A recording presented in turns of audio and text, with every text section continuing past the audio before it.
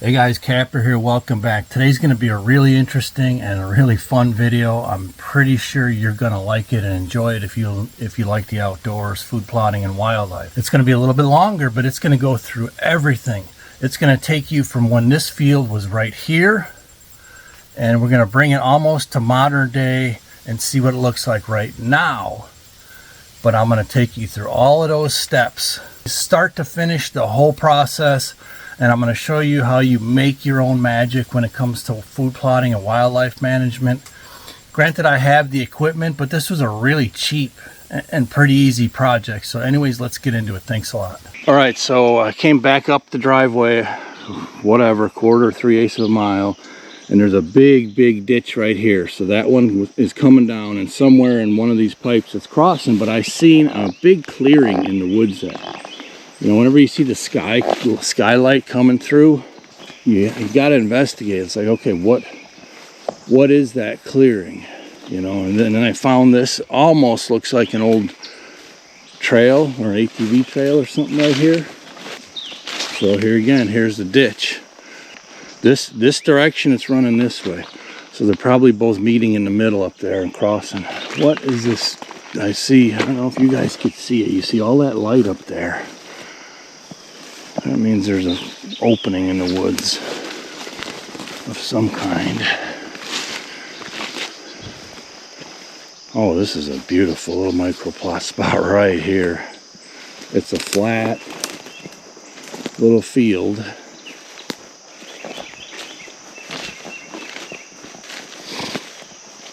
So there's a field here. There's something over that way also. Oh yeah. This is going to get cleared and sprayed right here. Easy access from the driveway. Wonder if somebody had a microplot here at some point. Man, I'd love to find an existing road system though. Alright, so this is what it looked like when I discovered it. It was cool exploring it. You know, whenever you find a gem of a find like this, it's really cool. So first of all, there was the ditch there. I couldn't get in, so I cut a ford crossing across the ditch. I'll show you that quick here with the excavator. And then I brought the excavator in this little now microplot, and I cleared out the trees that were 2 inches and bigger, you know, except for the big trees. I left them in there. So let's go to the next step.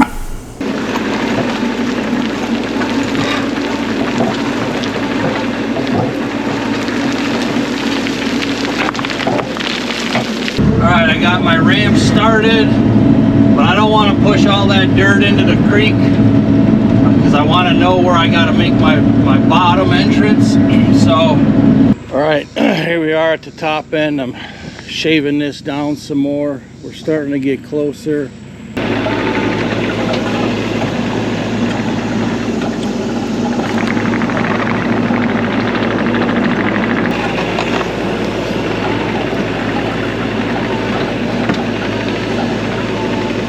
Alright, here's a quick look at the ford getting into the new microplot. Now let's get into the process from start to finish of creating something really cool.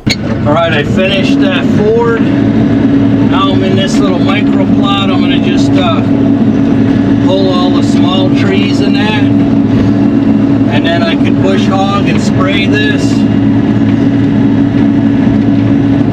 And it's a really nice setup here, kind of down in the bottom a little bit, although I think you'll still have evening thermals. And then I may or may not start cutting the road into the property farther. See how I do here in a little while.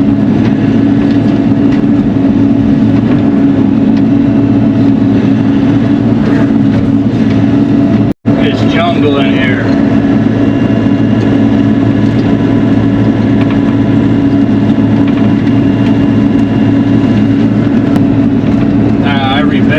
You know, 8 foot high, if not higher. A couple little trees mixed in, like right here.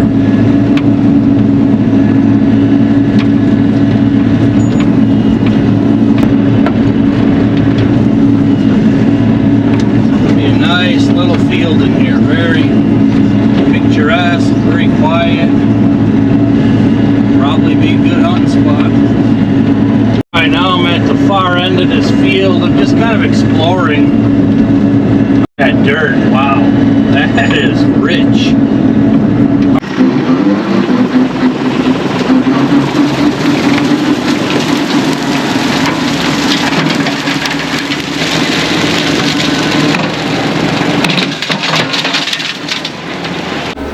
Wow, now I can't see forward or reverse. It's gonna be a beautiful setup right here, just beautiful.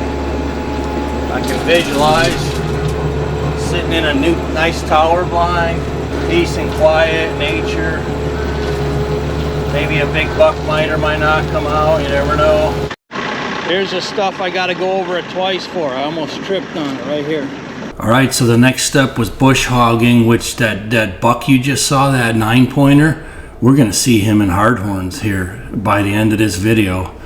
Yep, I never had cameras in here or nothing. I just took a guess because I had a video of him from another part of the property. But oh yeah, he's gonna find this food plot. So after bush hogging, I sprayed it off with glyphosate a couple of times and let it burn off, and then I started in on the dirt work. All right, so let me give you an after look. There's where you come in off the road at. Man, the tractor took a beating today. This thing is a really weird shaped plot. It's going to be really cool, and you're going to see why, you know. So you got a little bump out over there, you got a cut through there, big giant cedar here. It goes this way probably 40 yards.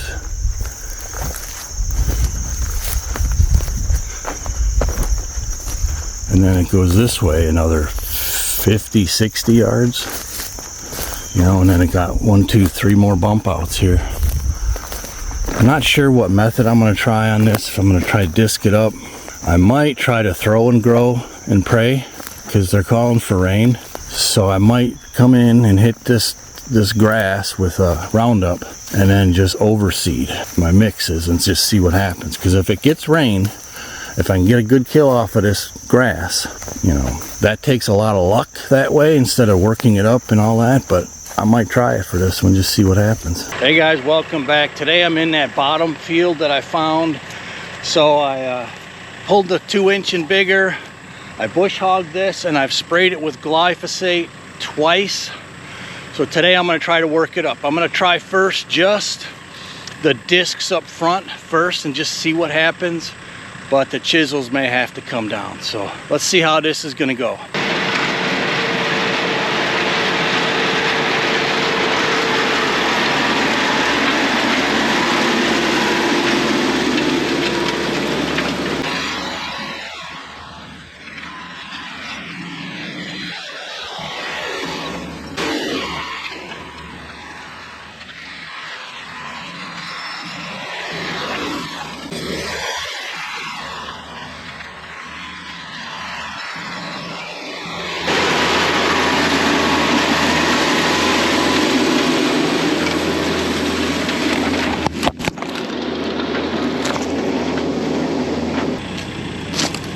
Hey, you all right? I told you not to stand that close.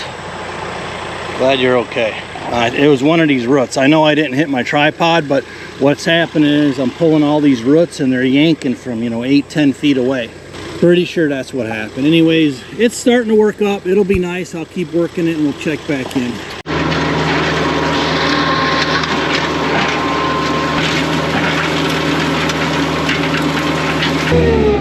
Alright, this is why I usually put my bucket on, but I was lazy. I'll admit it, I didn't feel like it, so I got all these piles of chaff, but I got my forks on it. You could still use that to push it off because it's got this face plate.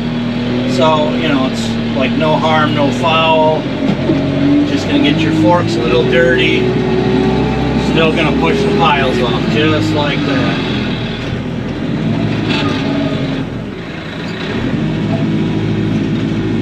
Sometimes you gotta improvise.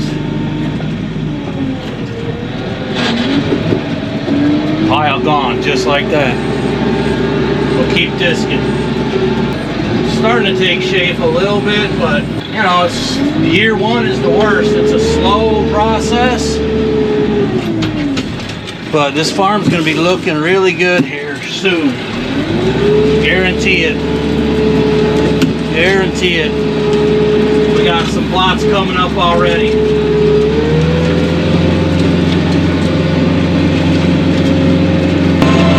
It's so beautiful out here in the woods.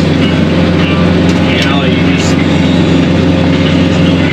gotta soak it all in as much as you can.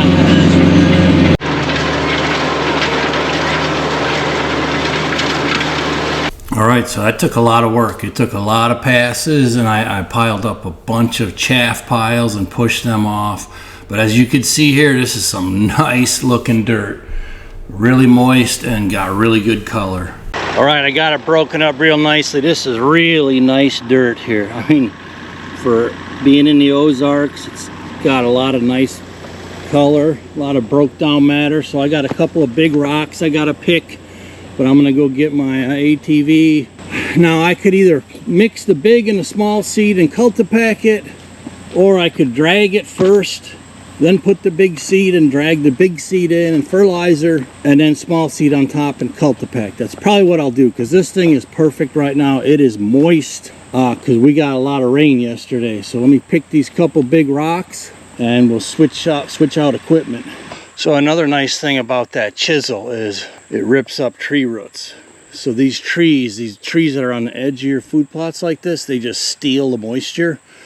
So at least when you rip up some of their roots on their outer edge, they don't steal quite as much as they would, you know, before you ripped it up.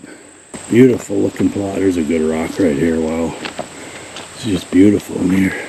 All right, now I got my secondary step. I got probably 75 pounds of 12. I've got my drag, and I got a mix of oats and wheat. So we're gonna go spread the big stuff and drag it all in, and then come back with the small stuff.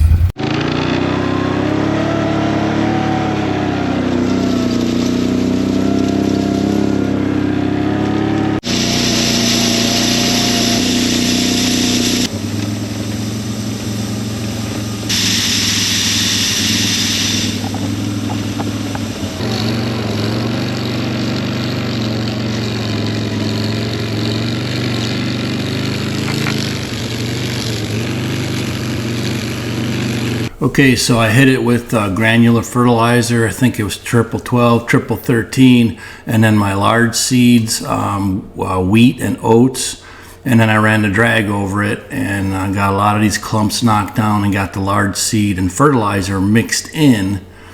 Ran the drag, then after that,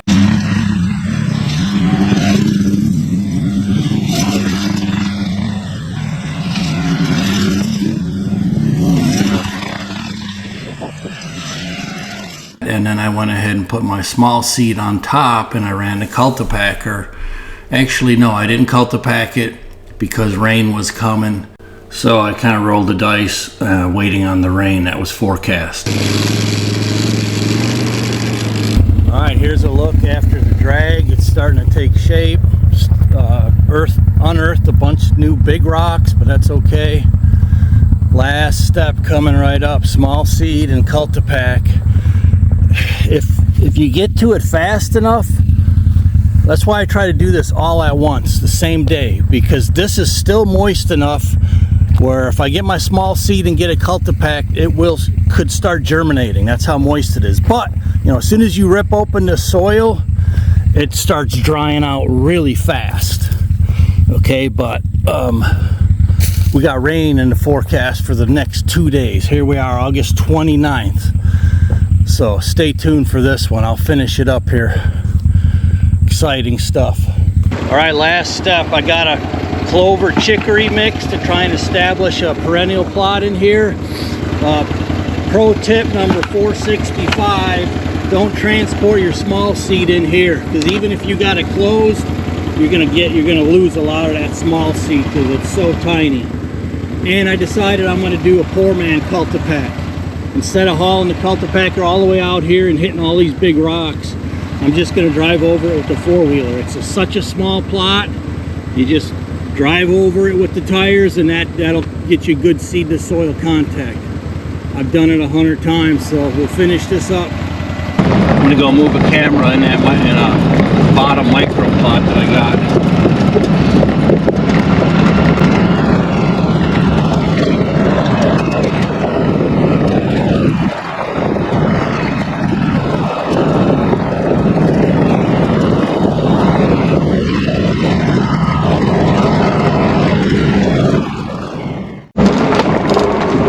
Deer in here. At least a couple. I gotta find a spot for a camera in here. Look at those.